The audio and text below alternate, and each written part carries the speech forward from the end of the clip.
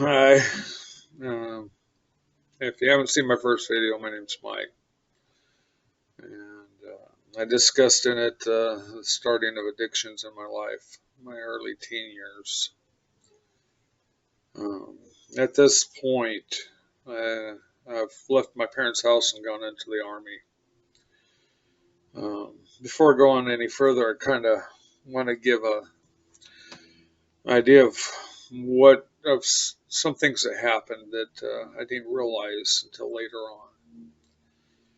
Uh, in my addictions, some of them, you gather people around you, smoking cigarettes or doing pot or drinking. People tend to gather together to do those things. I call them false friends. They're there for the party. But in the pornography, it's a little bit different. There's a lot of shame that goes along with it. So in that area, you tend to push people away. You don't want them seeing what you're doing. You don't want them to know what you're in, what your life is about. And the further these things progress, the more they seem to have consequences of that nature. Pornography can be a very, very deep pit. It's just like any other drug you do. Um, the more you do it, the more you want it. The more you want it, the more you're going to do to take what gets you that high. So that being said, I went into the Army. Well, I got stationed at a place in Lawton, Oklahoma, which is like in the middle of nowhere. Other than the base, all there is a town that's right next to it, and they cater to the military there. Whether it's strip joints, ladies of the night, whatever it may be. There's just a lot of drinking and a lot of strip joints. So that being said, when I went in the Army, there was kind of a lull because I was in basic training, wasn't able to go off post, wasn't able to do cigarettes and stuff like that. So once I hit AIT, which is advanced training, they allowed you off post, and I found out what the town had to offer. And I quickly jumped into the strip joints. The cigarettes were still there. The drinking, of course, with the strip joints, that's what you're doing there. So, I mean, those just exploded.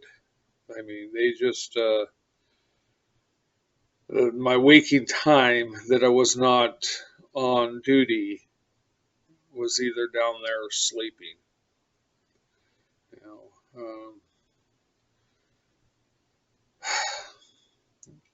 with the strip joints, it wasn't quite like the pornography. I mean, you're talking about guys in the Army. They joined right in. There wasn't much shame in it, not like the pornography. Um, so I ended up getting into permanent party, and my sergeant, should I say, was an owner of strip joints. So I spent a lot of time there. The addictions were just exploding. Um, I spent 2 years in the Army, and my gunner, uh, he was kind of a butthead, but we ended up hooking up as far as doing the dope, and I got back into that. Um, you know, from all the huffing that I did, I lost a lot of common sense. I was constantly getting in trouble for this or that in the Army. Lost my weapon at one point in time, lost my hazmat gear.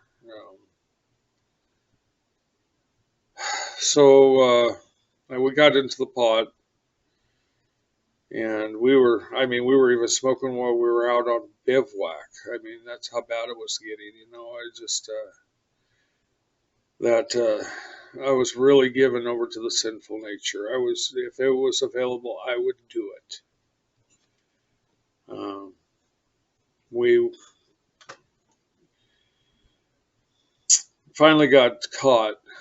They did a drug test on me, and I got caught doing the drugs. Um, so at that point, they moved me down to supply and quickly got rid of me within a couple of months. During the course of being in the Army, um, like I said, I got in a lot of trouble. There was one point in time that I missed deployment because I was out drinking and with one of the girls down a strip club for the weekend, and I didn't care. All I cared about was the party. All I cared about was living after that sinful nature. So I got kicked out of the Army and I came back to where I live. And I couldn't go back to my parents' house, and my sister took me in for a little bit, and that didn't work out. I ended up getting hooked up with a couple friends that I knew from school, and as always, the party continued. Um, I will put this comment in. Some things I won't share on here. The shame behind them is so deep, and I just I want to leave them in the past. That's where they need to be, and they don't need to be dug up anymore.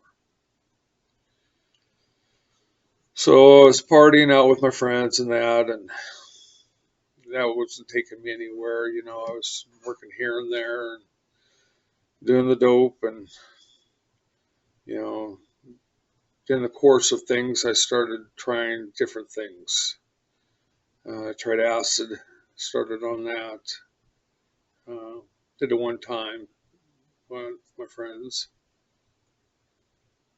and then I was talking to some people, and they told me about Job Corps. So I thought, okay, well, I'll go get some skills. At least I didn't have anything. Um, so I joined Job Corps, and that was just it was a good decision and it was a bad decision. Good decision as far as I got some skills, and I learned to do some things that I never learned to do. But the party there was even worse than the Army. It was a bunch of anywhere from 16 to 21. At the time, I was probably 20. And it was a free for all.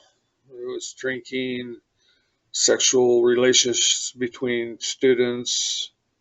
Um, there was, I got into the acid big time there, and I started doing crank there.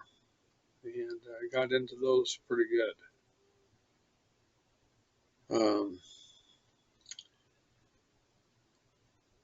The pornography was still continuing, except it was kind of at a lull because of the sexual relations were so rampant that, you know, it took its place for the moment. Um, I had my first child there. Uh, Not proud of that one, but he's a good kid. I met him once.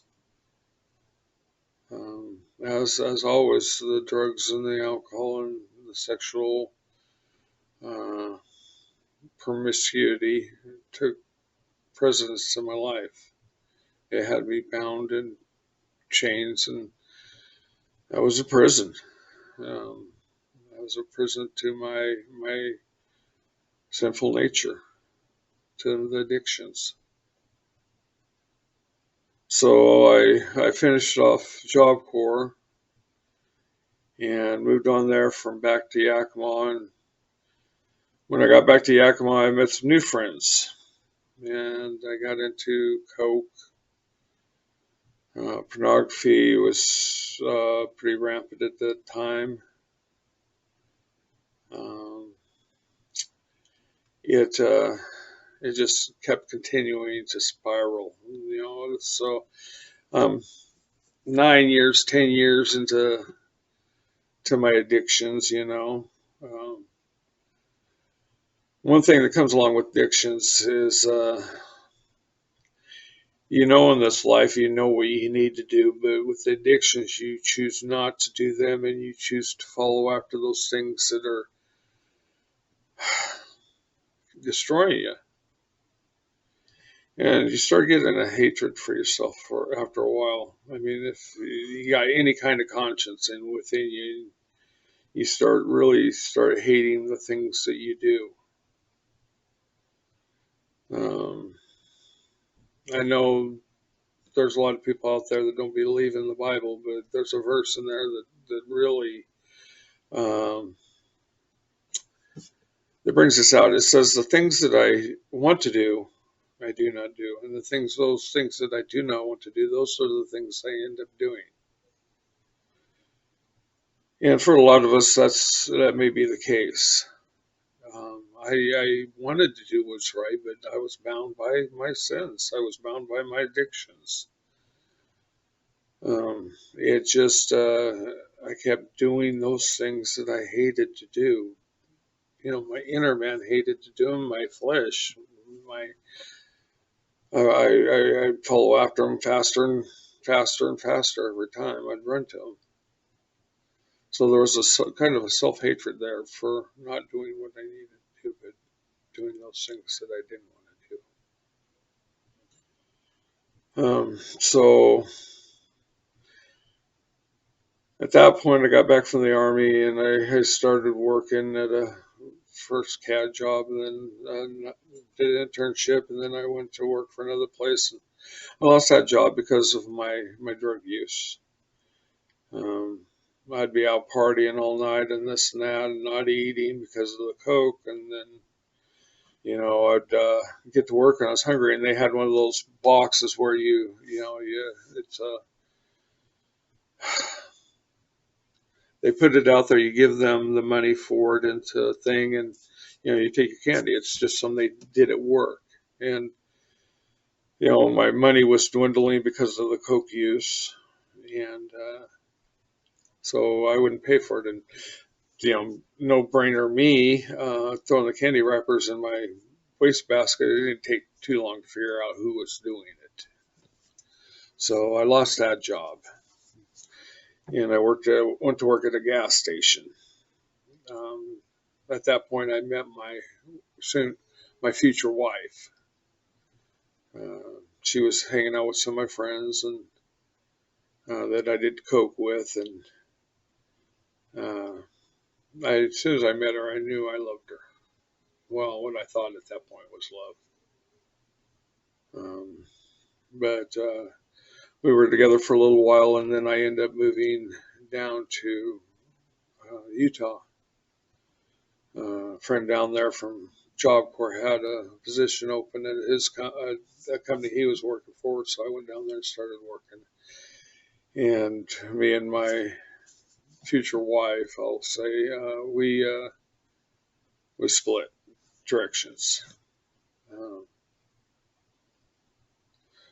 At this point, I'm seeped in my sins. I'm hiding a lot of stuff. There's a lot about me that nobody knew. I didn't want them to see the real me. I put on really good masks so that they can tell. So I'm just going to finish this one off, and it is where it is.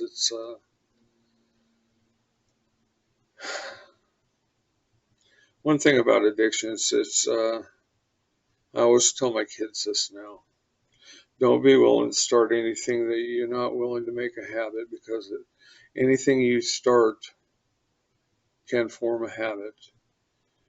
And it even goes beyond that. It becomes part of your character, who you are, what you're about. You your life is conformed around those things.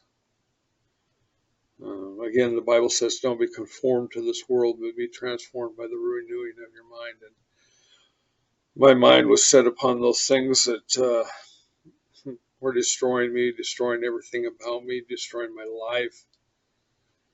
Um, and there's a lot that's going on in my life that I didn't understand at that point. I wasn't privy to.